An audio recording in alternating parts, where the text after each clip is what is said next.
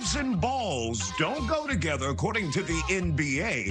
We're talking about a no-go with a pro basketball team and a strip club. We have the details. They'd rather pump that iron than get a section in the nightclub. Why are some young people saying no to old-school nightlife? We explore it tonight. But first, what in the hell is happening in Iran? Has the country been destroyed? We have a panel of experts to talk about it.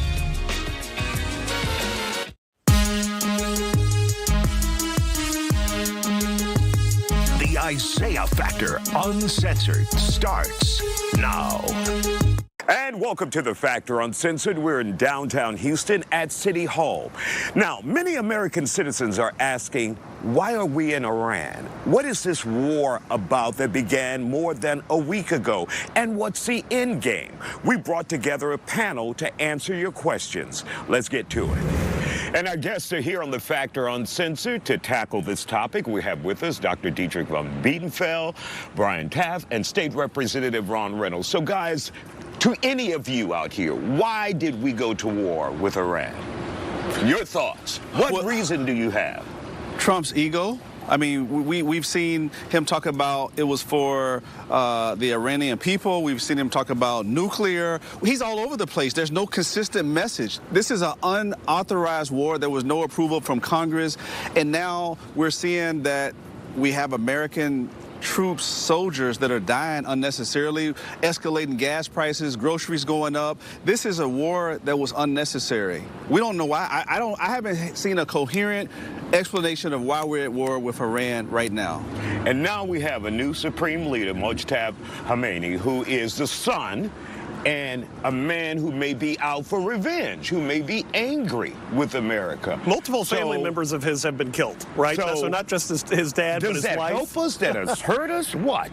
It seems like they're doubling down on their message of hardlining, but I also think that this is a symbol. Now, they're saying this guy is his dad on steroids. Right. But I think that's the symbolism of fear. And I think this is the reactionary appointment is a symbol that these individuals know that their grasp on power is much weaker now. Now, did the president need to act sooner if he was going to, before thousands of Iranian civilians were killed in the streets?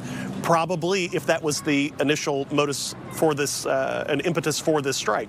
But at present, I mean, when we think about the military-industrial complex, when we think about AIPAC, and we think about Israel's influence on U.S. elections and elected leaders, I think at any point we have always been on the precipice of Iran having a nuclear weapon and that being our justification for a conflict, rightly or wrongly. Okay. Brian, this is where you were born, your home country.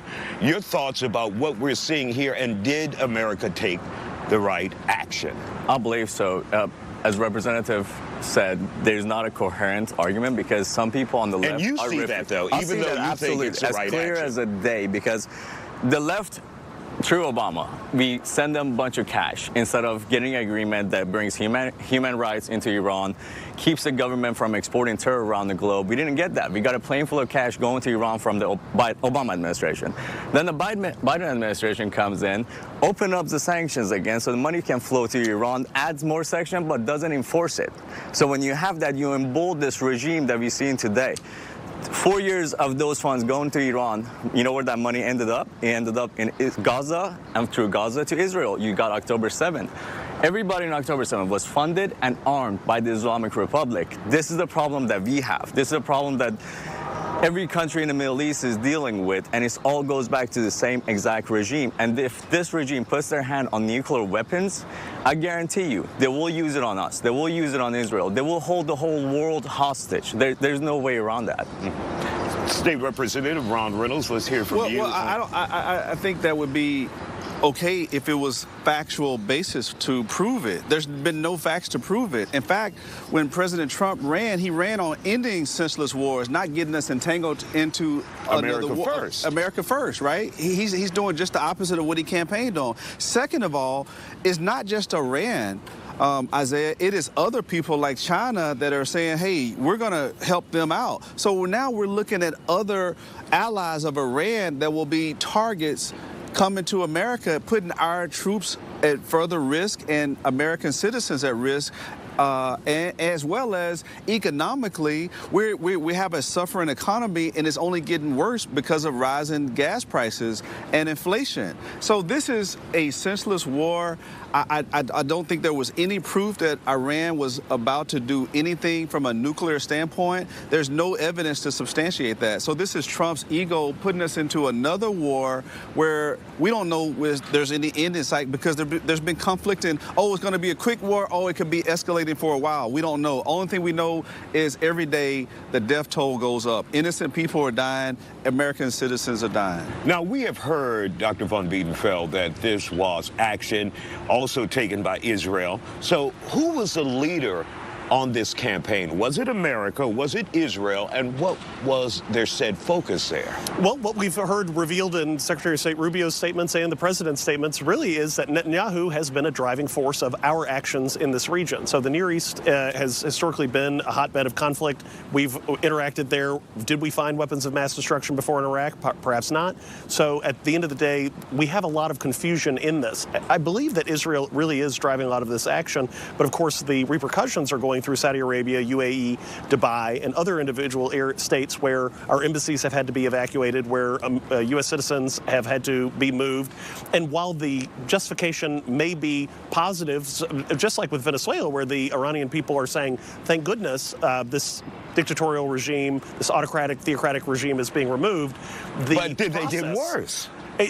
Right. The process is challenging when you don't simply say, you know what, we want to redesignate the Shah. Of course, there are problems with that as well, but without a designated plan, just as we saw in Caracas, there is a concern that we are making more enemies. Enemy of my enemy is my friend. And so Russia, China, and other large state actors that are going to be impacted, particularly with the Strait of Hormuz, oil prices we'll see at the hit at the pump.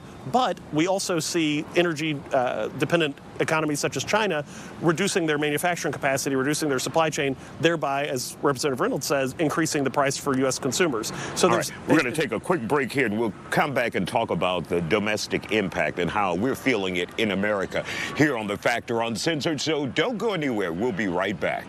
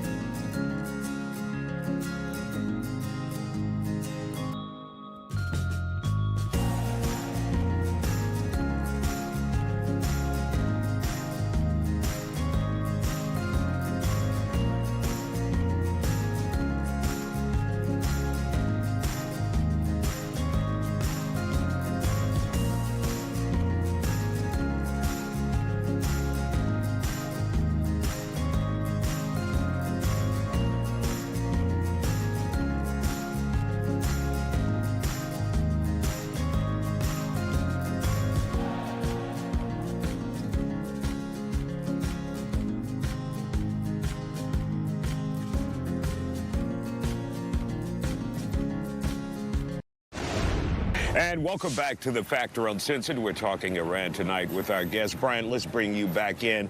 Your thoughts about what we have seen in Iran. And one of the things, you know, President Trump said was, to the people, take over your country now. Is that happening? They're waiting for that communication to get passed through. So there's a clear communication channel between the Crown Prince Reza Pahlavi that you mentioned before. So there's a correlation between Israel, U.S., and the Crown Prince. While the operation is ongoing right now, the people have been told to stay inside till all the targets that are a part of the IRGC and SWORD are hit. When those targets are hit, when people come out, they can have a different reality than they did 2 months ago. 2 months ago, 50,000 plus people were slaughtered in the streets. The people that were arrested, the women were raped in jail and then murdered. So people of Iran coming out in tens of millions did not overthrow this government. Now they have the opportunity because the regime, half of the leadership is eliminated. Most of their infrastructure are eliminated. So when that moment comes, and I believe that moment will come within the next 24 to 48 hours, in my view, that the people of Iran would have the opportunity to rise up. Their electricity is cut off, their natural gas is cut off. They have no other option but to come out to the street and overthrow this government. And their neighbors, the Iranian neighbors, the Turkish government, the Azeris, the Israelis, are all offering assistance for when that transition starts to happen. When people come out to the streets, the government is overthrown, and then all the people, the coalition that's built around President Trump and America, I believe, will come in to help the people of Iran. That way it doesn't fracture. And really quick, you guys have a protest in Houston this weekend. Give us a little information. Right here at the same spot in the Houston City Hall at 3 to 5 p.m. on Sunday. That's Sunday, okay. Yes, sir. Representative Reynolds, when we think about the domestic impact of this war in Iran, how has it helped us? How has it hurt us as American citizens? Or are we just sitting on the sidelines watching? I think it's hurt us domestically because I have had constituents complaining already about the escalating prices at the pump. When they go pump gas, they're already talking about how am I going to make ends meet when I was already struggling, and now I don't see any relief in sight. So we see that this has already had an impact on energy, oil and gas.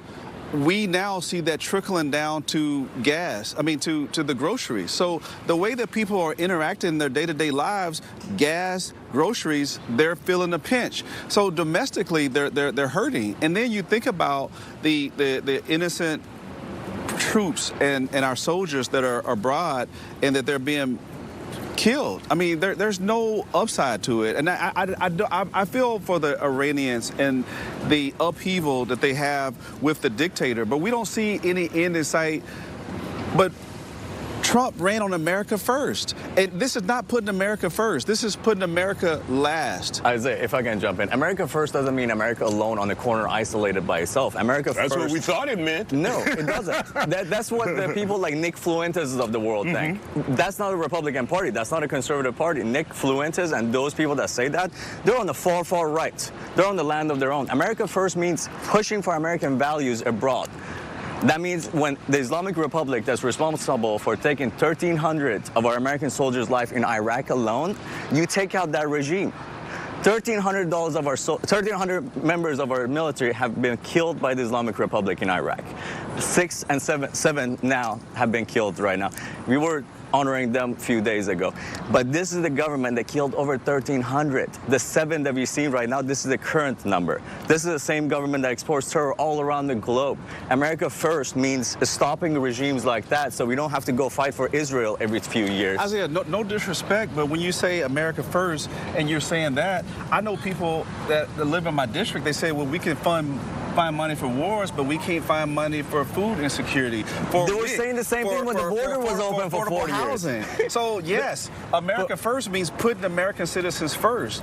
We can find any excuse to fund wars, billions and trillions of dollars, but then people right here at home, they can't even afford to stay in their house. They can't afford to pay rent. They can't afford groceries and gas. I agree, but a lot of that is because we had an open border for 4 years. That's not putting America first, with all due respect. All right, last 30 seconds, Dr. Van Biedenfeld. Yeah, I think it's problematic, and we're going to see a lot more pain at the pump. We're going to see pain at the grocery store. We're going to see pain with our consumable goods. A lot of these chaotic theories have personally enriched the president's family and close allies, but they have not necessarily trickled down into benefit. So I think on a principled level, we very much support the idea of the Ayatollahs as a theocratic regime that has oppressed their individual constituencies, but we also have to recognize that we need to see more than a benefit for Israel's safety and security and more benefit for the United States' safety and security, including food security and other areas, to really support this action. All right, thank you. What was that? I was waiting on a trickle down. No trickle down. We'll be back with more Factor Uncensored in just a moment. Stay with us.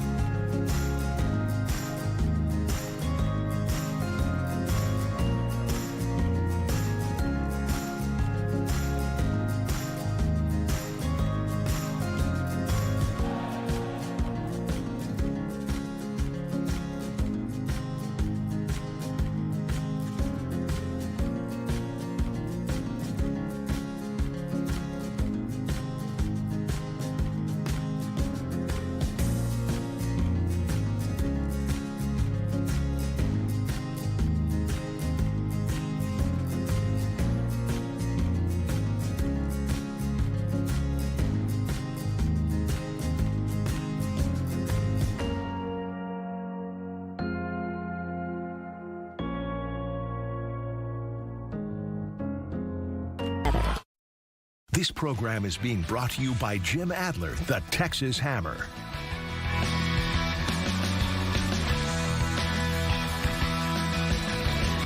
And welcome back to The Factor Uncensored from downtown Houston at City Hall.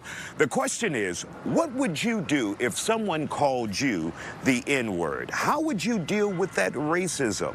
Let's show you this video from social media and Liz Rochelle. I just told you this is... Well, then you know what? You... Hey,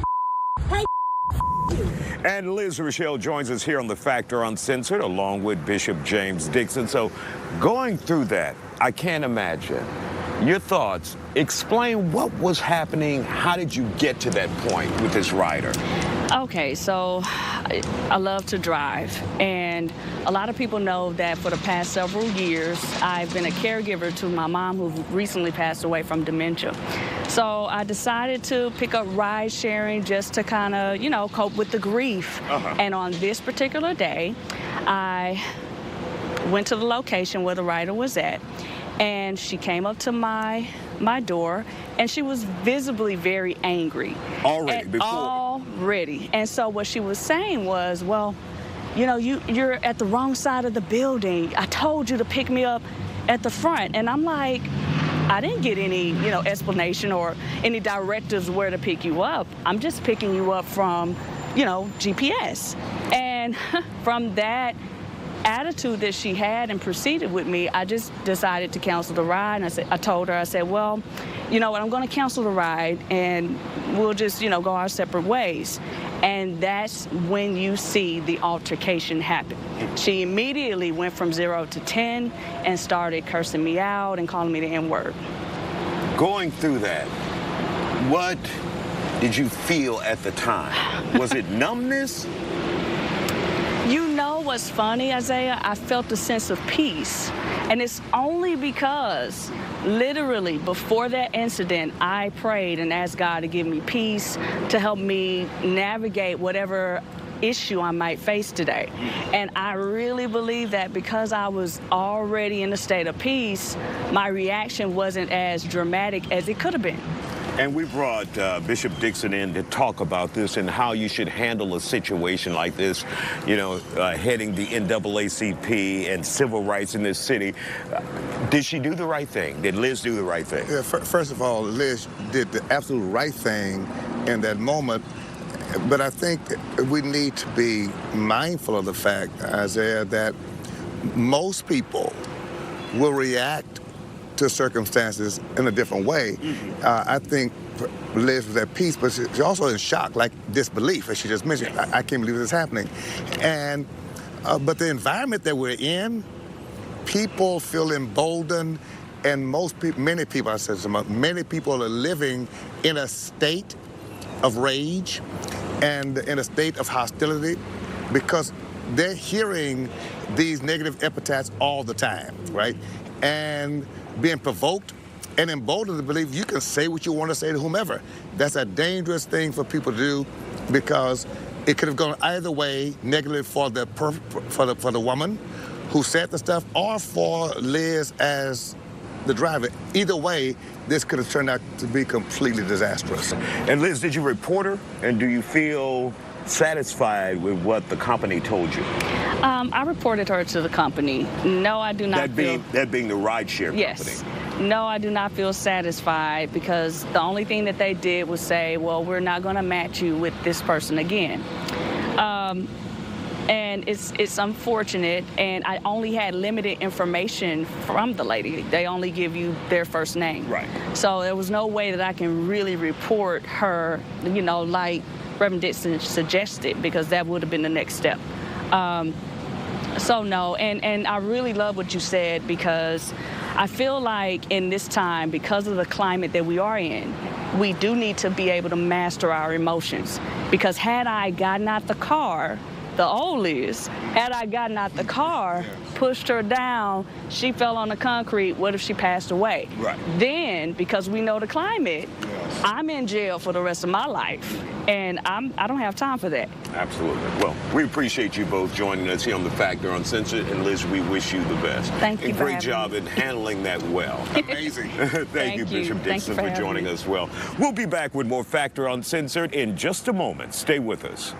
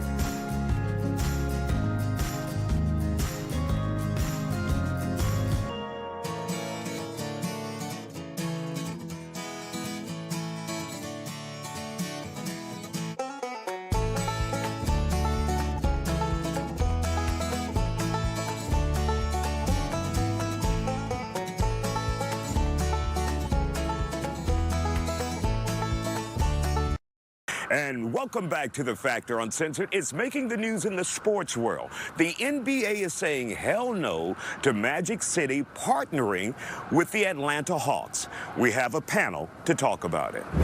Guys, what in the hell is going on in the city of Atlanta and the Atlanta Hawks and Magic City? So, Siobhan, first of all, lay it out. What's going on? So the NBA has decided to step in and cancel the promotional game between the Atlanta Hawks and the Orlando Magic in reference to the Magic City, promotion. So Magic City is a well-known strip club, as we know.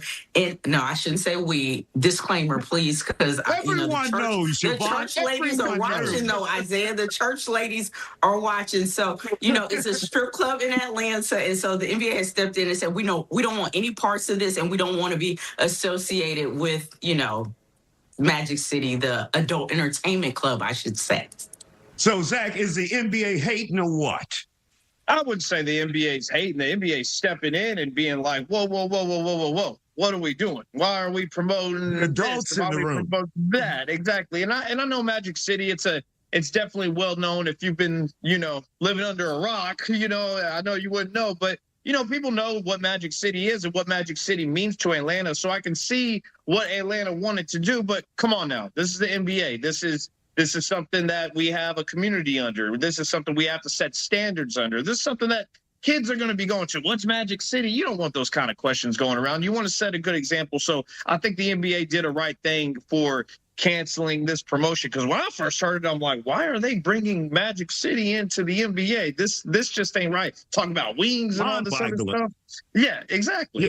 So and Siobhan, I heard that Luka is the one who snitched on this, and I mean, Luka, that's what the reports say, but he's probably doing some things in his country that we don't know about. But this is a staple in the Atlanta community. Houston has its slabs and its grills. Atlanta has its adult entertainment, but it's more than just, people sliding down the pole, I should say. It's where, T.I. and 2 Chainz, Jermaine Dupri, they would go into Magic City, play their music before it would hit the streets. Like, it's more than just what it's made out to be. It's music, it's culture, it's business. Mr. Magic, I watched the documentary, I've seen it. Mr. Magic was an entrepreneur trying to do things outside of the norm, and it just blew up. So it's a cultural thing. That's when I look at the documentary and I see what Atlanta is about. This is more about adult entertainment to me. all right. And Zach, when you take a look at this, are you asking yourself, how did we get here? How did the front office at the Atlanta Hawks decide to take this path? And did anyone say, okay, this may raise some eyebrows out there? You know what, Isaiah? It's 2026. Nothing really surprises me anymore. I do question myself too. Like, how did all these people working underneath the Atlanta Hawks go, okay, you know what? This is going to be a good idea. We're going to go ahead and promote. We're going to go ahead and have Magic City Night. We're going to promote this. And then I knew, as soon as I heard that, I'm like, nah, somebody's going to step in and this is going to get canceled. There's just no way that this just continues on. And sure enough, I was right. But I like what Siobhan had brought up, that's something that T.I., Young Jeezy, it's not just about that. It's about musical stuff. But if that were to get on, they ain't going to focus on that. Anybody who's not really paying attention, they just going straight for the adult entertainment. They're going to go, now, what the hell is going on? But Zach, you got to think about it, though. Back in the day, like, all these players, Deion Sanders, Shaquille O'Neal, they were all flooding Magic City. There were, like, flyers. You know how you go places and flyers are being passed around. Atlanta Hawks said, forget all of that. Let's just make it known. Hey, after the game, everybody go to Magic City. So what's wrong with that? You got, in a day of social media, like, promote Magic City. Hey, bring on the athletes. Let's have a good time after the game. I'm saying nothing wrong with it. I'm just saying at the end of the day, it is an adult entertainment thing. And then when you're doing like a promo night, it just doesn't set a good example as far as the NBA community. That's all. Hey, if it was between me and you, let's go ahead and throw a promo day. Magic City, and then we're going to go after the game and have a good time. Wait. Hey. Oh, yeah, that's right. Now put that out there. And maybe Isaiah. How many hands on here? Who's been to Magic City? How many hands? Who's been to Magic City on here? Oh, yeah, maybe twice. Yay! Back in the olden days, though. Back in the 90s. Back in the 90s. I saw it on the documentary, and that was it. All right, Siobhan. Siobhan, don't become a prude now. We're going to be in Atlanta for NABJ this year. And yes, we will. But I will be Thank you guys for joining us here at The Factor Uncensored. We appreciate your time. Y'all good one, baby. We'll be back with more Factor Uncensored. And when we come back, we're looking at a new trend why more and more young people are ditching the nightclub for gym life.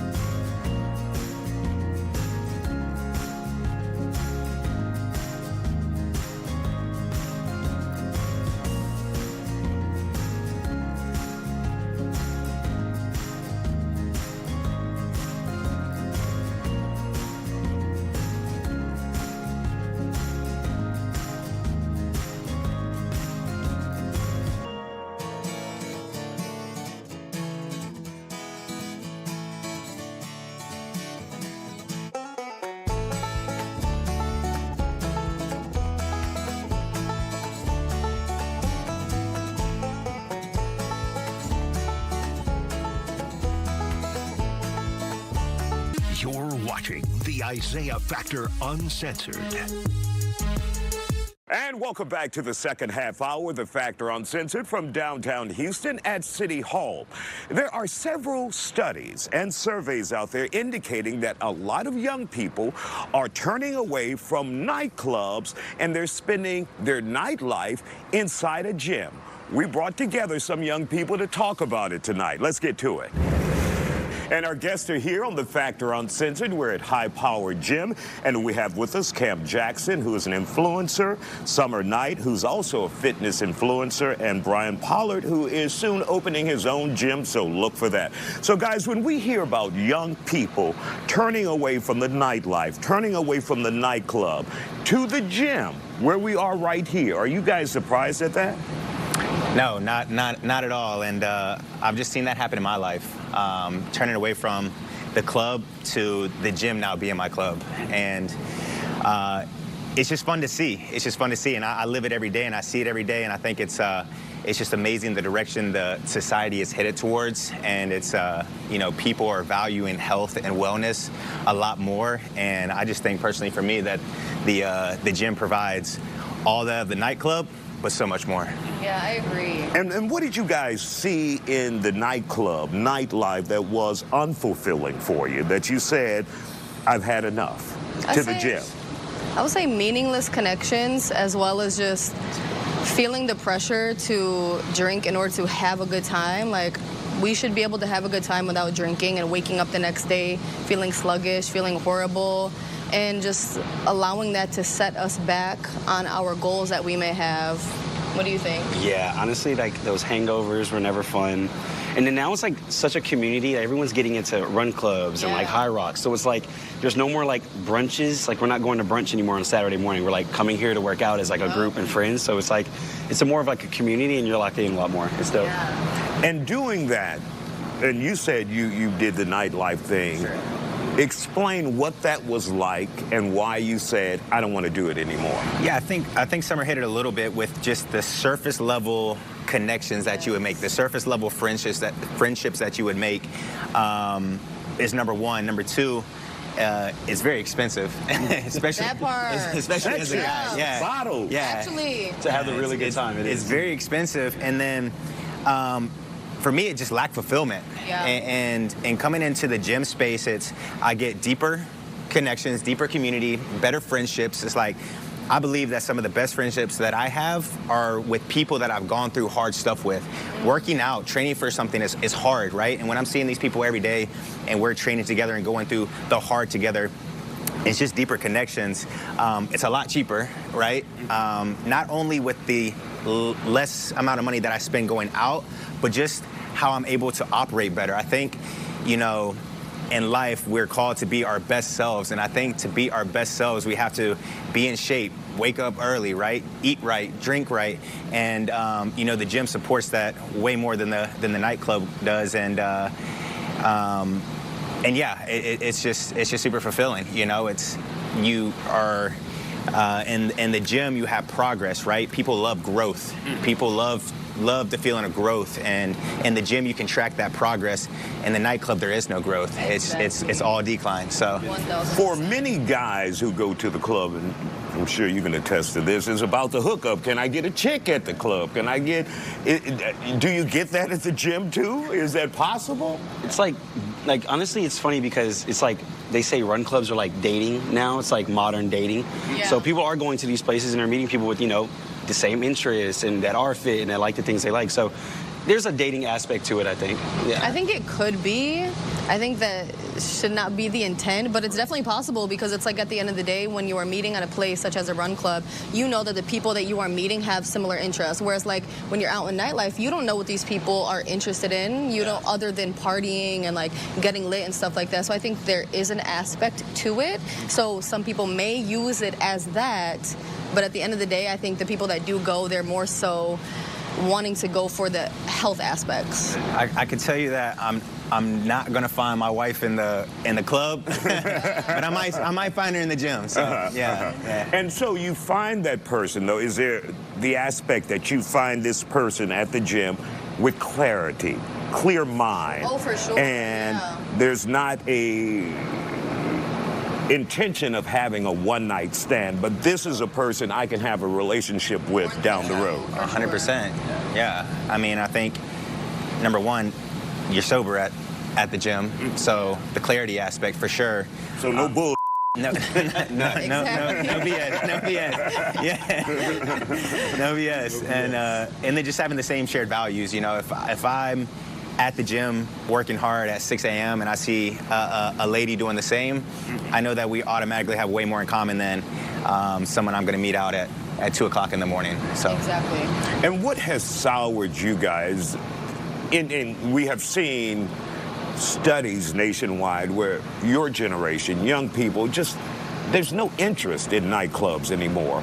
What have you guys seen? We've heard from you, Brian, but what have you guys seen that's like, it's not worth my time? Yeah, I think for me, what I touched on before is just like the meaningless connections, because it's like, it's just temporary, you know? It's like by the time you leave, you wake up the next morning, it's like that kind of was time wasted, because it's like if you are getting drunk, you are probably not going to remember the night. Or if you do meet people, like it's a very surface level connection. So at the end of the day, to me, it just felt like wasted time. And then on top of that, you're just setting yourself back because the next morning you just don't feel that well. All right, we're going to take a quick break here and we'll come back and finish this conversation. We'll be back with more Factor Uncensored in just a moment. Stay with us.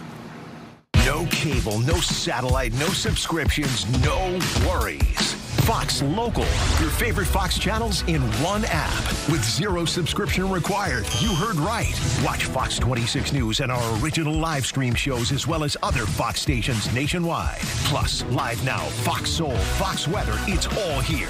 Fox Local, exclusively for your TV. Download now on Android TV, Roku, Amazon Fire Stick, and Apple TV. Whoa!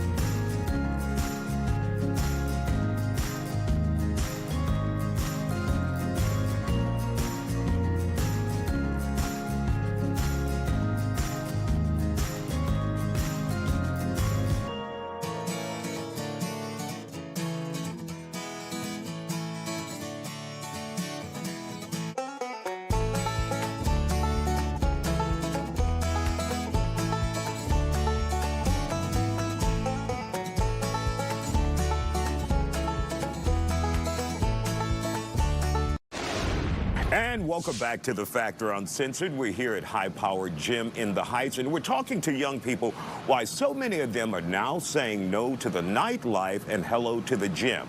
Now, when we talk about the nightlife, Cam, for example, we're hearing that people are going to the gym at night instead of the nightclub. Not just going to the gym, but at night, at nightclub hours. What is that like? It's funny because there's night workouts here, and I think they're way better than like the daytime. I said that the other day when we came at night, and I was like, wow, the energy is just crazy. But there's just benefits from it too. Like, it's just fun. You have friends that are sharing the same ideas and the same things that you want to do, and I just have a good time. I came here the other day for the first time at night, and I was like, I kind of want to start doing this a lot more often. So it's just different. It's new. It has its benefits, and it's not boring. I think the nightlife is getting boring, so that's why you're seeing so many people just go away from it, because essentially everywhere is the same. I mean, it's a lot of standing around and it's just a lot of drinking. So once you do that for, let's say, 10 weekends in a row, it gets boring, and it's like, okay, what's different? I feel like with this, it's new, and you can constantly change it up, and it's just fun. It's fun overall. And when we think about the nightlife and people going to nightclubs and the gym, what's the ultimate goal? Because obviously it's your physical fitness, but also mental health as well. What do you guys have as individual goals when it comes to the gym? Yeah. Besides owning one. Yeah. I mean, for me personally, running and the fitness saved my life, because I was in a phase in my life, a season of my life, where I was going out every weekend, partying, drinking, carrying on, and I was able to attain sobriety by focusing on a fitness. And for me, in 2024, I ran a marathon every month, and that gave me time to spend time with myself, which helped my mental health so much. And so I'm just a firm believer that the gym, fitness, running, competing, seeing your progress, seeing how your body changes is all a great sign of mental health. And we all know that anything that can help with mental health should be a focus these days. And Summer, for those who say, well, this sounds boring, it sounds like what squares would do, just work out all the time. Jesus. I think they have to give it a try. I think they're only saying it's boring because it is a challenge that they're not willing to face. I think it becomes really fun when you give yourself a goal and you see yourself inching closer and closer to that goal. And it's like, at the end of the day, a lot of things that are going to benefit you are going to be boring in the beginning until you find the pleasure in it. Like, you're not going to find the pleasure in like burning your muscles and like doing 20 reps of squats immediately, but once you see yourself getting better at it and inching towards those goals, you're gonna be like, wait a second, this is fun because, wait, I'm getting better at it. Like, you kind of get like a dopamine high from achieving those little goals. So I think for the people that are saying it's boring, give it a try. Yeah. Give it a try. You gotta try the right gym too. Yeah. I think just going to like a regular gym sometimes can be boring to people, but you gotta find the right community. Like, you gotta come here. You come here, you get into like these classes, and you get around people that are really doing it. Like, it's fun. Like, you just gotta get around the right community. Yeah, I think another gym that's really, really fun is Alpha Land. For real, like the community there, you walk in there, everybody is just on go. Like, you see everybody is just working so hard, and it makes you want to work hard. You looking around like, wait a second, they doing more than me? Wait, I need to go a little bit harder. So you just have, like he said, you got to find the right community in the right gym. Daniel, give them my Cash App for all of these plugs they're doing. and as influencers, what are you guys hearing out there? Because you're influencers on social media. What are the young people talking about when it comes to physical fitness, their mental well-being, and turning away from the nightclub? What are you hearing? I think in general, there's just been more research in terms of mental health, physical health, and overall well-being. So I think our generation, we are more inclined to look things up and to find the research on why we should be doing these things. So I think people are hearing that, like, this is good for your health, this is good for your longevity, this is going to benefit you in the long run, as opposed to going to a club and drinking, which is detrimental to your health in the long run. So I think I'm just hearing more people understanding that this is good for you, and if you want to live a long and healthy life and you want to be happy, then this is what you should be doing. And what are your followers out there saying, Cam? I would say like longevity, just like in the sense of just like trying to be healthy and not be overweight, because I mean, we're in America, so a lot of people are overweight, so it's just like more longevity, yeah, for just like the life to come. All right. Well, we thank you guys for joining us here on The Factor Uncensored. I would say see you at the club, but we'll see you at the gym. All right. Thank you for joining us. And we'll be back with more Factor Uncensored in just a moment. Stay with us.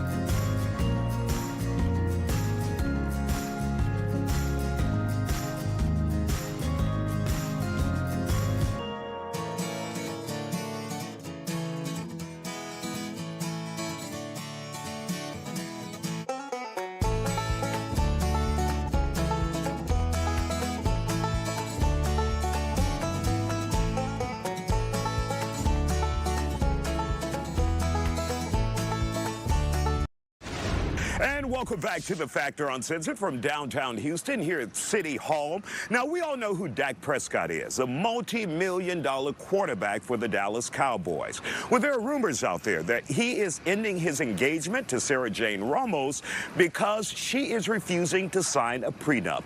Let's get to the conversation. And our guests are here on The Factor Uncensored. We have our favorite divorce attorneys. We have with us Lanice and Brenda, both experienced divorce attorneys, and we got them jumping into this foolishness with us with Dak Prescott and his fiancee, Sarah Jane Ramos. Now, guys, we're hearing rumors that they called off their wedding as a result of a prenup agreement. Now, Sarah Jane Ramos, who is the fiancée in this case, she says it's not about that. But many people are saying it's about that prenup agreement. How serious of a situation this is if someone walks away from a relationship, a marriage, if they can't agree on the prenup? What do you mean how? Well, it's a very serious thing. It will actually, I would say that if it is the prenup, then they're doing the right thing, because to come back later and say, if she signs the prenup and she comes back later and says that she wants to set it aside, or that she doesn't agree with it, or that she was coerced into signing it, that's not going to work. I mean, we're about 5 weeks out from the wedding, so there's plenty of time to review it, have attorneys review it, and go over whatever it is you need to do. And then on the flip side, if he was to sign this and I mean, if he was to get married without signing it, who's to say what would happen later? He'd probably end up regretting it. Well, Brenda would say it's just love. People do this all the time. No, Brenda would not say that. I'm actually I'm actually, if this was a situation where we are calling off a marriage because of a prenuptial agreement, I am actually in support of it. I love it. I kudos to Dak, and I would even add that men and women need to take a look at this and start being more mindful of what they're getting themselves into. Isiah, we have to look at the time frame of this. This is 1 month away from their actual marriage. And so if there was an issue with the prenuptial agreement, this was the perfect time to call it off, because like Lanice said, when we have prenup signed so close to the date of marriage, we start having challenges to the prenuptial agreement. I do you one even better. If you remember the Jeezy case, there was a challenge to their prenuptial agreement because of the time frame in which it was signed. And so if this is the case, kudos to him, kudos to his counsel who is advising him, and hopefully they can, knock out any kinks that they have and, move forward. And Lanice, when should you approach the topic of a prenup in a relationship if both of you have the bag, or at least one of you have the bag? Should it be right when you're getting serious, or right when you ask to marry someone? So I think it's closer to when you feel like you're going to spend the rest of your life with this person, and that marriage is something that you would think about, right? If y'all aren't thinking about marriage, I don't know that you necessarily, you could have it socially, but I don't know that it really matters. But definitely when you're getting serious with someone, you want to make sure, even before you propose, that this is something that y'all will be able to be on the same page about, because ultimately if y'all can't, someone's going to end up potentially regretting it. All right. And Brenda, you don't think that Dak Prescott will regret this and be a miserable quarterback for the rest of his life?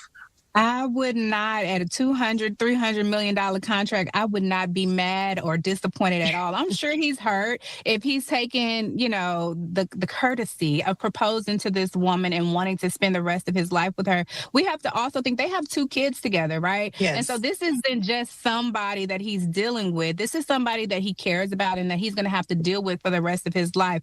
I don't think that financially he's going to be upset, but I think emotionally he's probably taking a toll with this situation and this decision.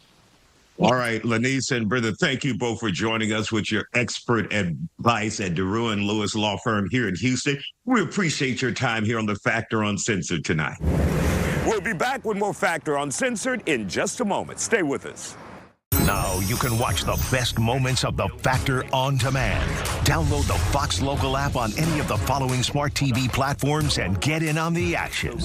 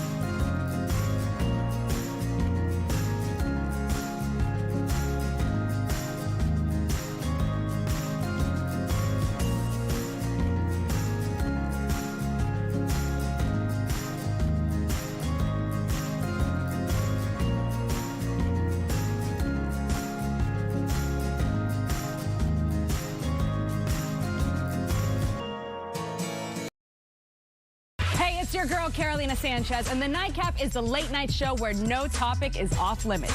Join me as we dive into the wild world of relationships, sex, and everything in between. From hilarious dating disasters to steamy secrets, you know we've got it all. We've got celebrity guests, expert advice, and a cocktail in hand. The Nightcap is your guilty pleasure. So grab your drink and tune in because the best stories start after dark. The Nightcap, weeknights at 11:30 on Fox 26 and Fox Local. And we want to thank you for joining us here on The Factor Uncensored. Back to one full hour. And of course, we want to remind you to follow us on our YouTube page at ISIAH Factor Uncensored. And of course, follow us on social media. That'll do it for us. Have a great one.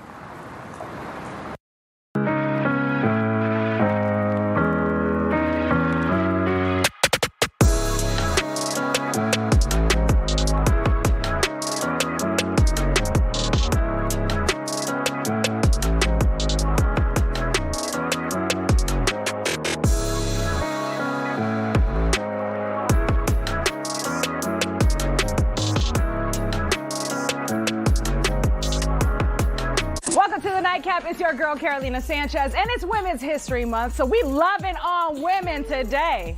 But we're going to do it from a very specific lens, the queer lens, because we don't shed enough light on that life, okay? But we're going to do that tonight on The Nightcap. But we need to have a drink in hand, and I've got Andrea Barnum here with Lolo's Chicken and Waffles HTX, and you've got some delicious drinks prepared for us. Yes, What's we this do. one? This is the Mrs. B's Lemon Drop, my signature drink. Oh, your signature drink. Yes. Now listen, when it comes to lemon drops, they tend to be a little too sweet. What's this one like? I'm not a fan of sweet drinks either. This one, little on the saltier side, salted Just rim. right. Just right. Okay, well, I'm gonna get into it because the ladies already got theirs. I'll see you later.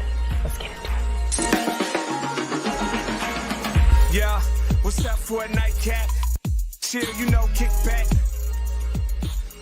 All right, here we go. And all of these ladies are new to the show, so let's get to know them. We've got Kiana J. Yes, it's your girl Kiana J. Yes, Hi, how are from you? Dollhouse University. Yes. Okay, but we're Streaming on Tubi right now. But we're gonna talk about studs versus femmes later. In the middle, we've got Desiree